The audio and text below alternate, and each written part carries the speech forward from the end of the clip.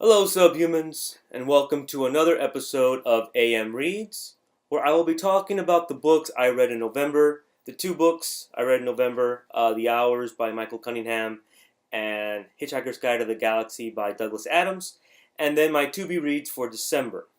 So, let's get started.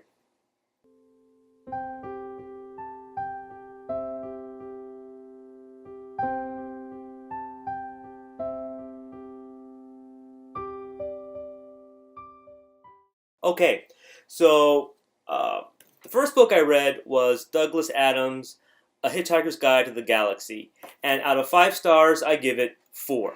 It starts off with Arthur Dent in England, who starts his day lying in front of his house trying to keep it from being bulldozed because he'd had no clue what was going to happen, and just so happens that, well, the entire Earth is destroyed like 2 seconds later by an intergalactic agency who believes that Earth is in its way for building an interstellar highway.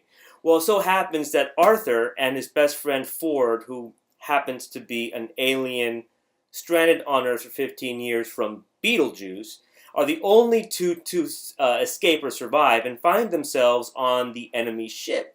And the whole novella is pretty much about, well, what happens then. The book is really action-based. There's not a lot of character development. Actually, there's no character development at all. Hence my 4 out of 5. The book is a quick read. It's funny, lots of sarcasm, and I highly encourage you to read it. So, good read. Hitchhiker's Guide to the Galaxy, Douglas Adams.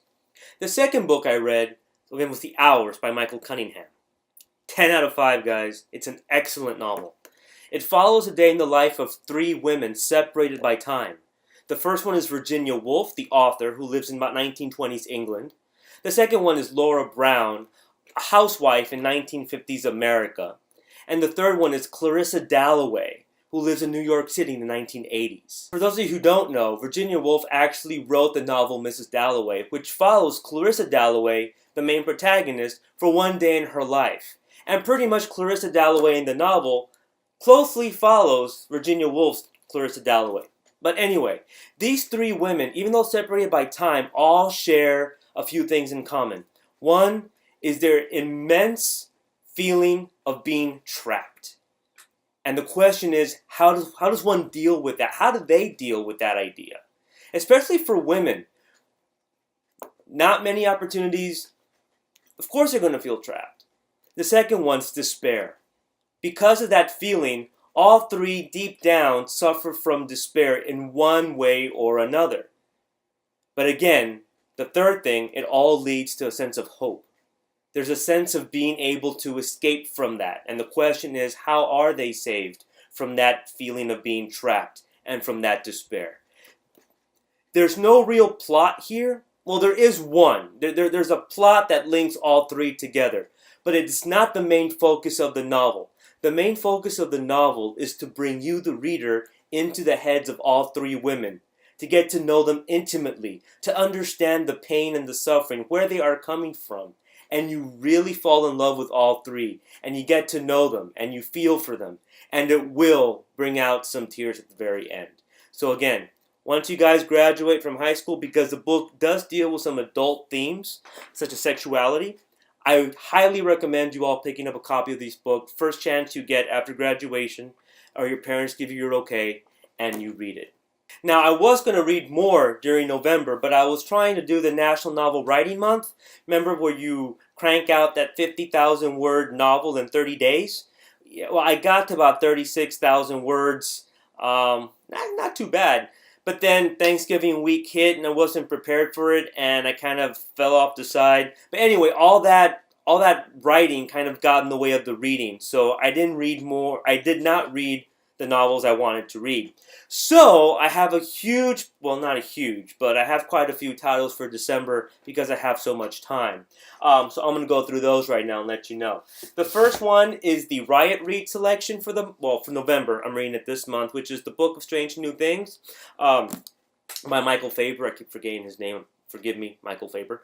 I've already started reading this book. It's 500 pages. I'm page about 310. So I'll be done with it in a couple of days. So this is the first book I'm going to be reading. The second one is Redeployment by Phil K. For those of you who don't know, which is just about all of you, Redeployment won the National Book Award last month, and that's where I first heard of it. I'm not a big fan of war stories, but I'm going to read this one. The third one was supposed to be my third selection for November, but it got pushed off the side because of NaNoWriMo, and that is Garth Stein's A Sudden Light. So I'll be reading this one as well this month.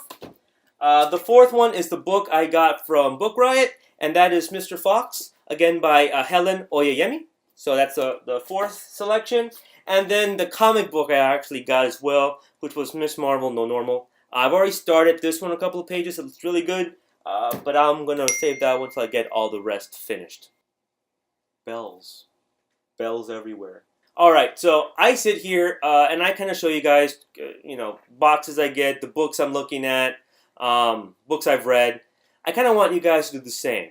So here's your extra credit opportunity. When you have a chance, film a very brief video of yourself talking about a book you've read. Let's make it easy. Past 6 months that you want to talk about. Now, here's the caveat though. Please do not choose a novel that you did not understand, and so your whole video is, this book was stupid, I can't believe the author wrote it, blah, blah, blah. None of that. Choose a novel that you understood, you actually have something intelligent to say about it, and then just briefly talk about it. Just to show us what you're reading or what you have read that kind of touched you or that challenged you or anything else in that matter. Okay, so I look forward to looking at your all's videos. Hope you enjoyed this one. I will see you guys very soon. Until then, bye all.